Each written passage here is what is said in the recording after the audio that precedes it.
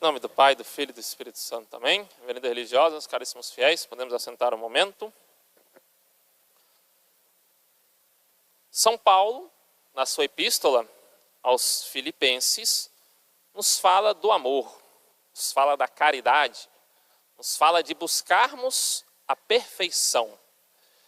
Porém, na busca dessa nossa perfeição, de seguirmos as palavras de Jesus, sede perfeitos como o vosso Pai Celeste é perfeito, São Paulo diz duas coisas: é necessário conhecimento e discernimento.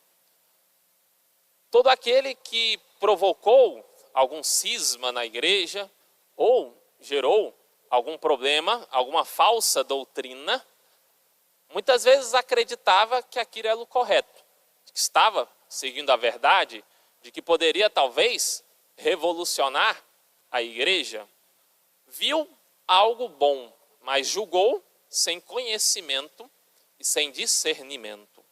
Assim também é com a nossa vida espiritual. Quem verdadeiramente se candidatou à santidade, nós temos que nos candidatar à santidade, a sermos santos, a realmente querermos estar um dia no céu, viver uma vida de grande santidade, e os próprios santos que estão no céu querem isto mais do que nós mesmos. Que absurdo. Os próprios santos, um São Francisco de Assis, uma Santa Teresa d'Ávila, querem que nós sejamos mais santos do que eles foram aqui na terra. E querem isso mais do que nós realmente queremos. Muitas vezes, sim, fazemos boas ações, fazemos ações que julgamos ser caridade, mas a verdadeira caridade está unida à santidade, à graça de Deus. Se alguém perguntar quem faz caridade, muitos vão falar, eu faço.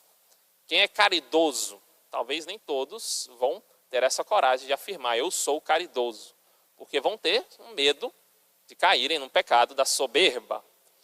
E poucos realmente vão entender a caridade como algo ligado a Deus. A caridade não é apenas fazer um bem ao próximo, não é apenas ter uma compaixão, uma piedade.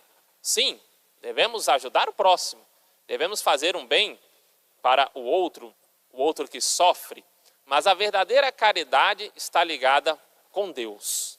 É fazer um bem visando o amor semelhante ao amor de Cristo. Que bem maior não nos fez Cristo do que dar a sua vida, ser flagelado, crucificado por amor a nós. Isso é caridade. Talvez doar um pouco do dinheiro que nos sobra para um pobre possa ser uma benfeitoria, mas caridade semelhante à caridade de Cristo envolve amor e envolve a vida. Então seremos caridosos quando doarmos a nossa vida para a salvação nossa e a salvação do próximo. Então caridade, essa virtude teologal, está ligada à salvação.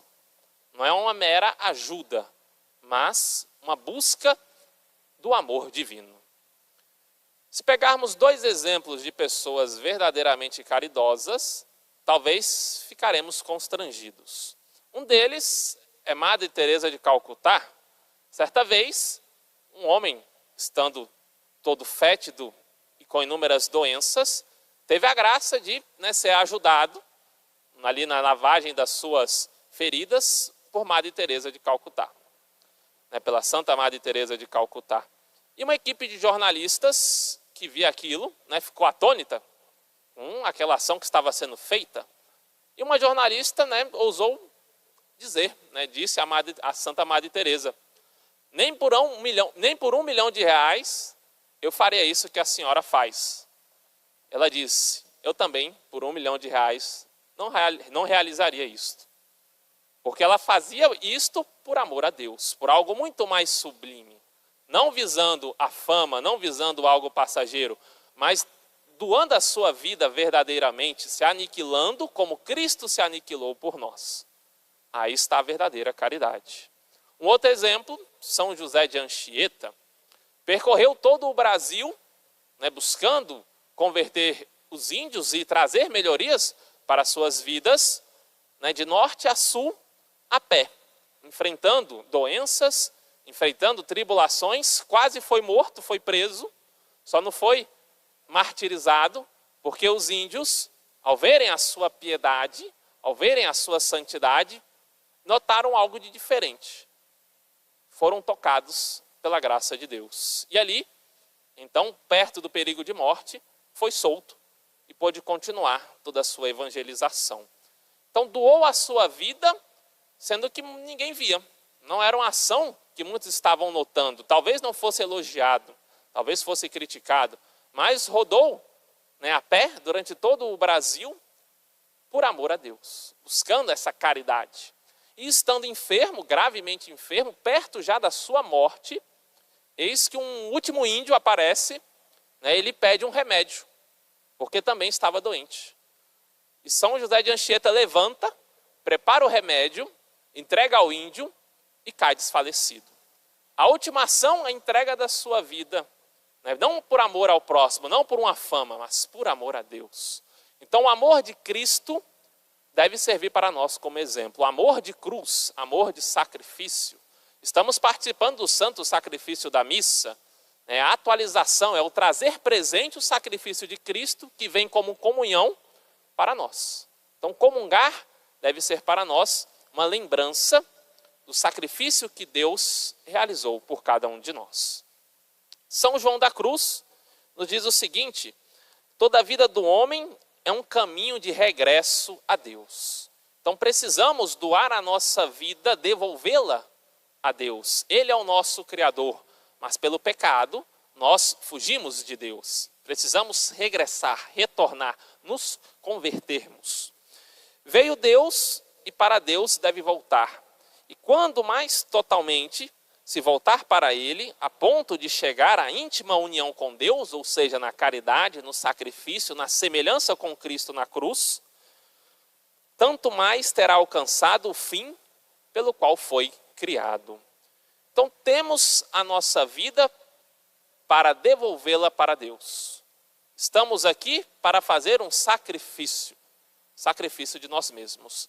Quem buscar salvar a sua vida, perdê-la-á, vai dizer nosso Senhor Jesus Cristo. E quem tem buscado salvar a sua vida? Aqueles que fogem da cruz de Cristo ou fogem daqueles que às vezes vão produzir certo importúnio. Vão gerar para nós uma cruz.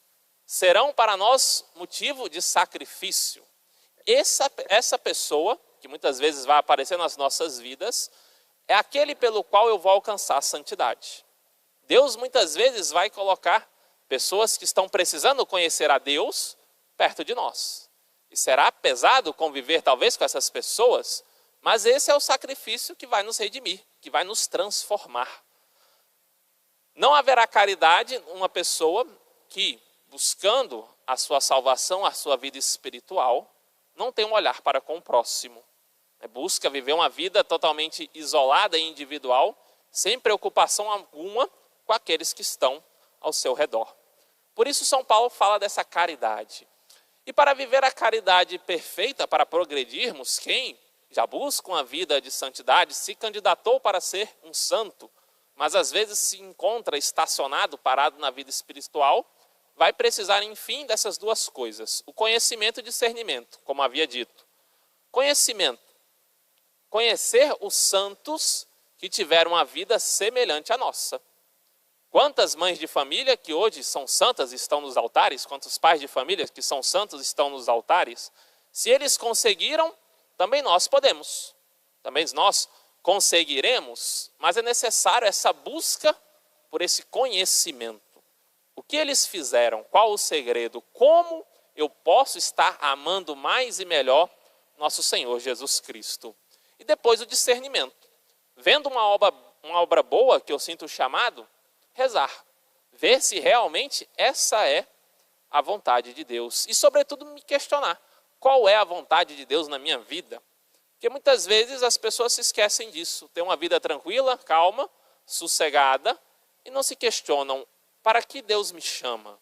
Para que Deus quer de mim?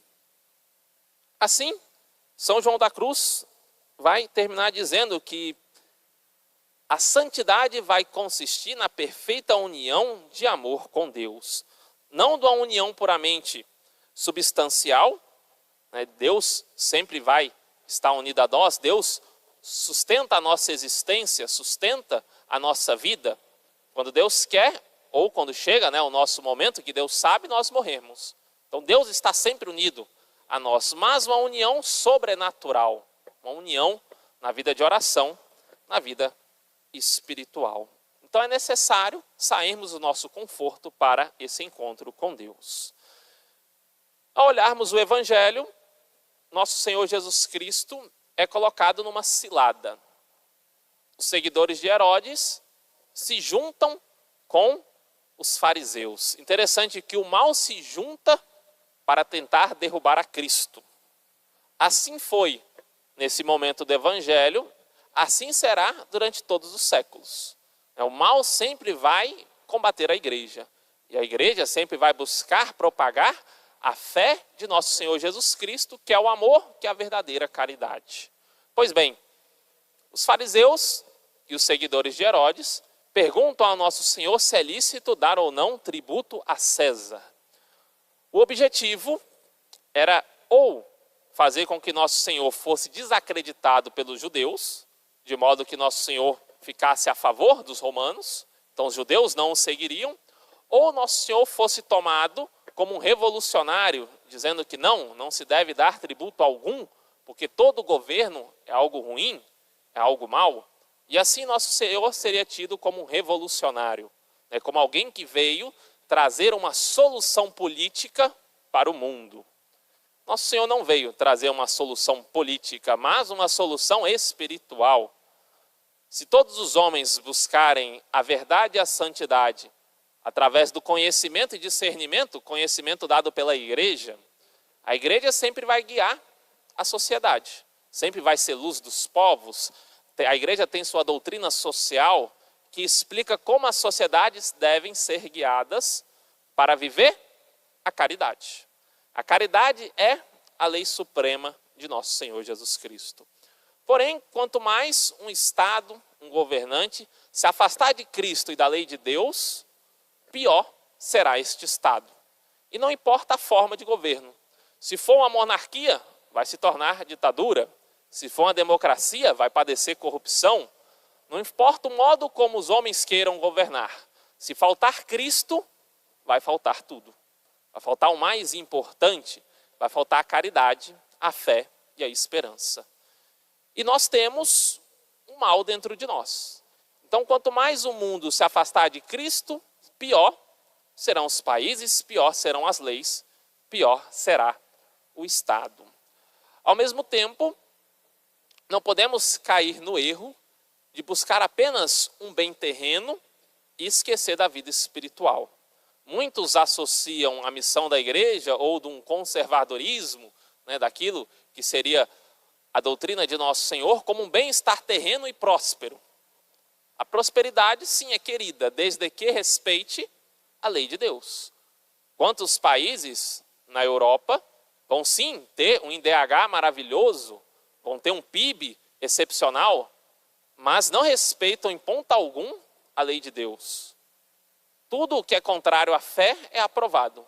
Tudo o que é contrário a nosso Senhor Jesus Cristo é divulgado, e as igrejas, pouco a pouco, vão se fechando. Então, do que adiantará tanta prosperidade como algo passageiro, como algo sem fé? Melhor é viver na simplicidade e na caridade, buscando a nosso Senhor acima de todas as coisas e, por fim, encontrar o reino dos céus. Se olharmos para a igreja primitiva, um dos momentos mais fervorosos, onde se tinha inúmeros milagres, a vida era simples e humilde. Não se tinha grande prosperidade, mas se tinha muita fé. Nosso Senhor mesmo disse na multiplicação dos pães, né, devemos buscar aquilo que não é passageiro, mas aquilo que é eterno. E assim o católico que vive com esse direcionamento para o céu, vai viver bem na política.